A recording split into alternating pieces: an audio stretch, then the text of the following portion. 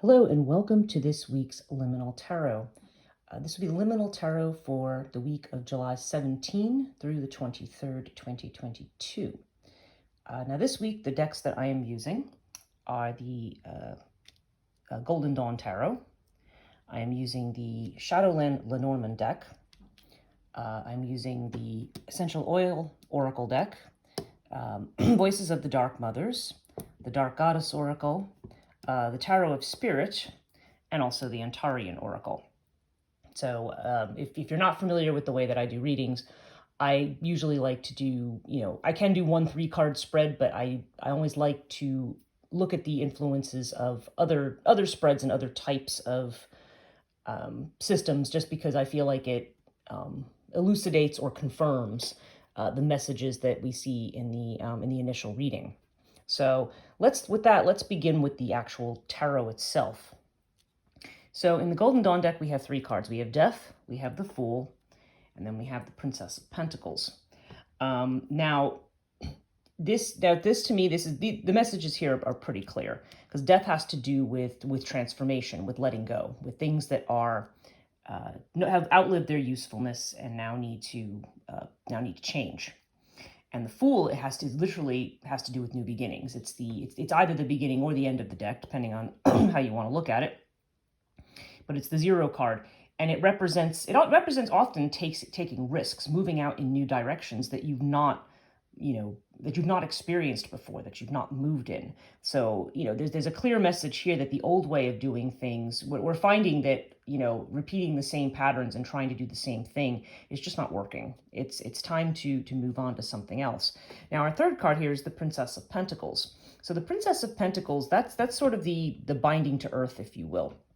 Because we see, because the Fool has definitely an airy quality to it. There's a lot of change, and of course, Death is associated with Scorpio, which is a water sign. So there's a lot of movement here. So we have the Princess of Pentacles here as a kind of grounding card, and the Princess of Pentacles, for me, indicates that it's the idea of there's still a need to remain grounded. There's still a need to think about planting your seeds. Think about what new kind of a thing are you actually nurturing?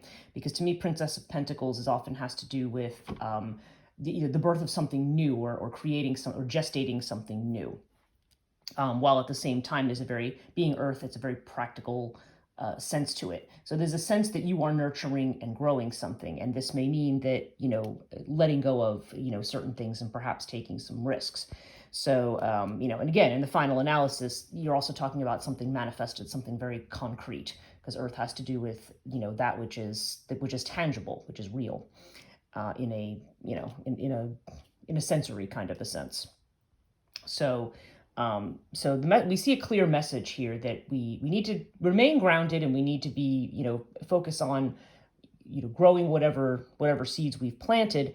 But this also involves letting go and taking certain risks. Now, what I found interesting this week is that when I did I used the Shadowland Lenormand, which is actually it's an absolutely adorable deck. I love it. I picked it up at Atlantis Books in London. There's the 3 cards we have now. Lenormand, I've only used this occasionally, but Lenormand often involves reading cards together. They're actually read as a set, intentionally. Generally, I guess you could draw 1 Lenormand card, but typically they're read with respect to each other.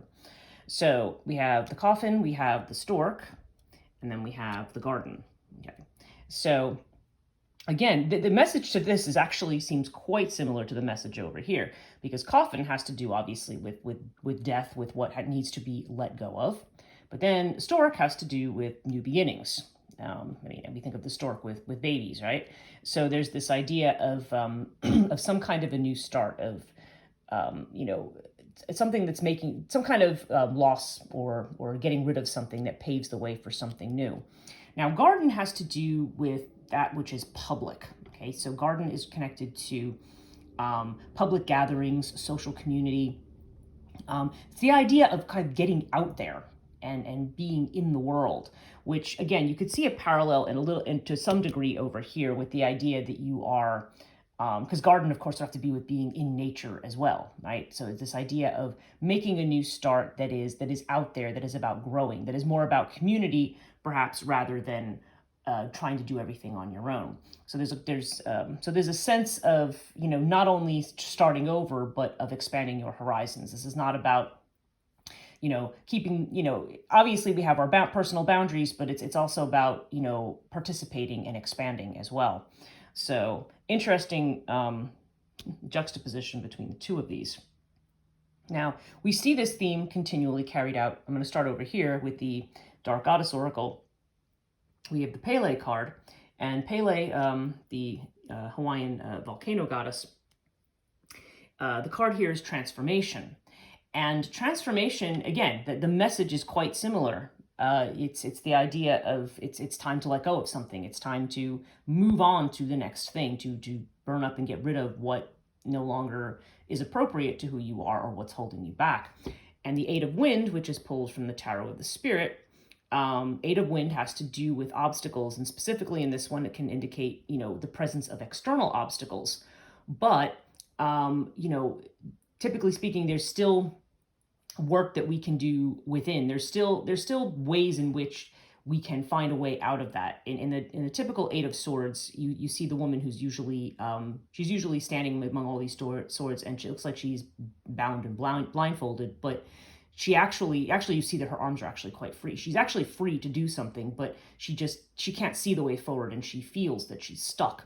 So there's this there's this idea that we feel that we're stuck. We look at certain circumstances and they say, yeah, but, I can't, I can't do anything because of this or because of that. And it's quite possible that there may be things that you still have to wait on. But usually the message is you can move forward. There is a way to move forward. It's just that, you haven't quite thought of it or seen it yet. So this is a time when you do want to be still, when you do want to be grounded, and perhaps, even if we look at garden over here, part of the message may also be to listen to others, not just to be in our own echo chamber, but to hear what other people have to say. And we may, find a way out of or around whatever these obstacles are that we have. So those are interesting with respect to each other.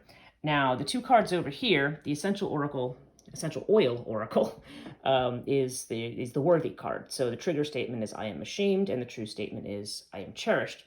And it says there are connections to ancestral and childhood memories that are ready to be healed. Allow divine light to shine within.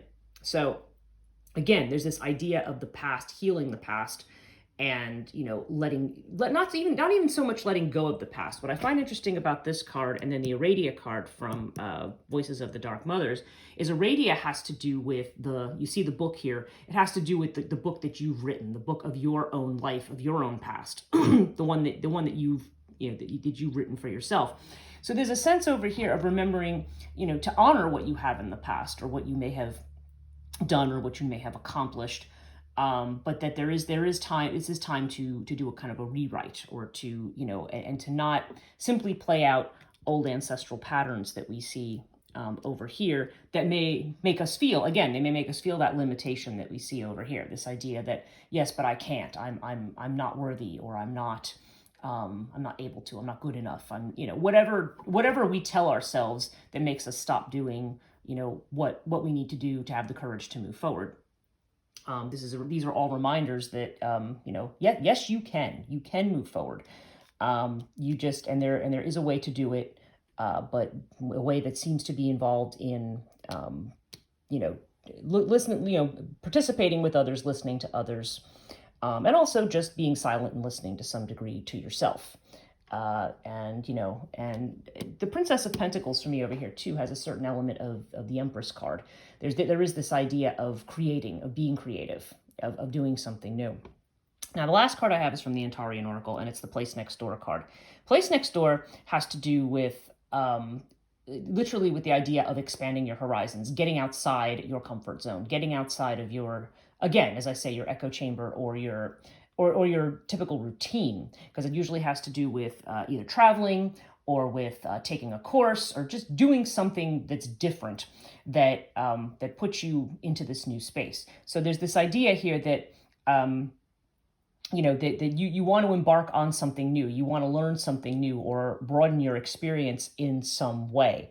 And that's all borne out by these other things that, the limitations that you have, maybe there may have been a point at which you've had obstacles that you have to wait because you can't overcome them. But it now seems to be saying, okay, you just need to, think about this, collaborate a bit with others. There is a way out, or there is a way around the things that you think you can't circumvent. So so that's the tone for this week. Okay, that seems to be the general message and the general tone. And as always, I find it interesting when all of the cards seem to be in agreement on the same message. So so definitely here we have this idea of it is time for you to transform, to have the courage to move on to the next thing, and don't be afraid to reach out to others and to expand your horizons. So that is it for this week. See you next week.